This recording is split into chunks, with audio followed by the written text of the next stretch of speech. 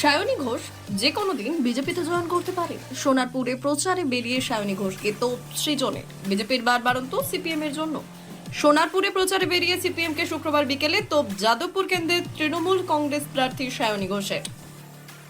মূল কথা নজরুলদা খুব সুন্দরভাবে বলছিলেন যে 34 বছর ধরে হাতে ধরে যারা পশ্চিমবঙ্গকে শেষ করেছে, যারা পশ্চিমবঙ্গকে তছনছ করেছে, যারা মানুষকে ধোঁকা দিয়ে গেছে, যারা চারিদিকে সন্ত্রাস করেছে, যাদের জন্য মানুষ ভয় গুটিয়ে গেছিল, যাদের জন্য গণতান্ত্রিক অধিকার সুরক্ষিত হচ্ছিল না, আজকে তারা এসে বলছে আমাদেরকে সুযোগ দিন, আমরা লাল ফেরাবো, হাল ফেরাবো।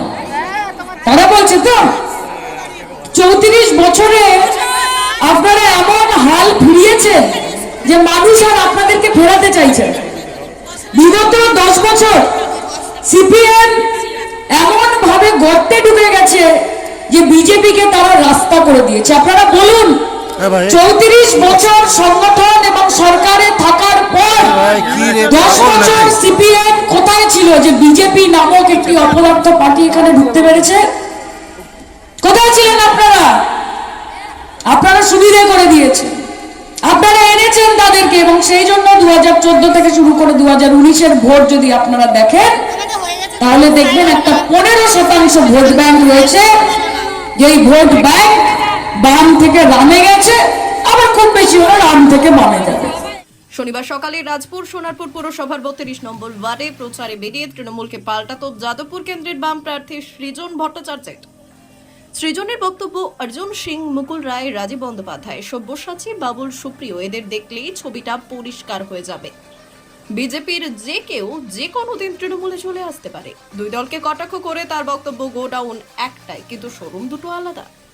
অর্জুন সিং এর দিকে তাকাতে বলুন, সব কথার উত্তর পেয়ে যাবেন। রাজীব, মুকুল, সব্যসাচী, অর্জুন সিং, বাবুল সুপ্রিয়, যারা যারা এক সময় বিজেপিকে কখনো পেয়ার হয়ে বলতো, তারা তৃণমূলকে হামতুম বলে এখন। আবার দুদিন পরে বিজেপিকে আবার বিজেপির খোপে ঢুকে যাবে না, এর কোনো গ্যারান্টি নেই। ফলত সায়নী ঘোষ সহ তৃণমূলের যারা আছেন যে কেউ যে কোনো দিন বিজেপিতে ঢুকে যেতে পারেন, আর বিজেপিতে যারা আছেন যে কেউ যে কোনো দিন তৃণমূলে ঢুকে যেতে পারে। ওই জন্য আমরা বলছি ফুল বদলে লাভ নেই, আমরা ফল বদলাবো।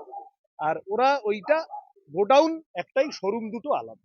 ফলত এই কথা এখন বলে লাভ নেই।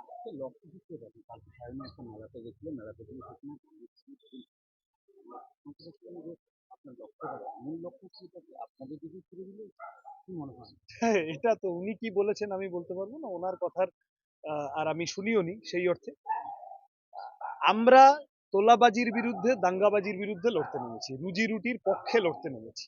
রুজি রুটির পক্ষে, জিনিসের দাম কমানোর দাবিতে, বেকার সমস্যা সমাধানের দাবিতে, স্কুল কলেজ হাসপাতালের চেহারা ভালো করার দাবিতে লড়তে নেমেছি। আমার ধারণা যাদবপুরের মানুষ সমর্থন। দলীয় কর্মী সমর্থকদের নিয়ে 32 নম্বর ওয়ার্ডের বিভিন্ন জায়গা পরিক্রমা করেন তিনি। প্রচারে বেরিয়ে 32 নম্বর ওয়ার্ডের পৌরপিতা বরুণ সরকারের সঙ্গে সৌজন্য সাক্ষাৎ করেন তিনি। ব্যুরো রিপোর্ট, উত্তরের প্রহরী।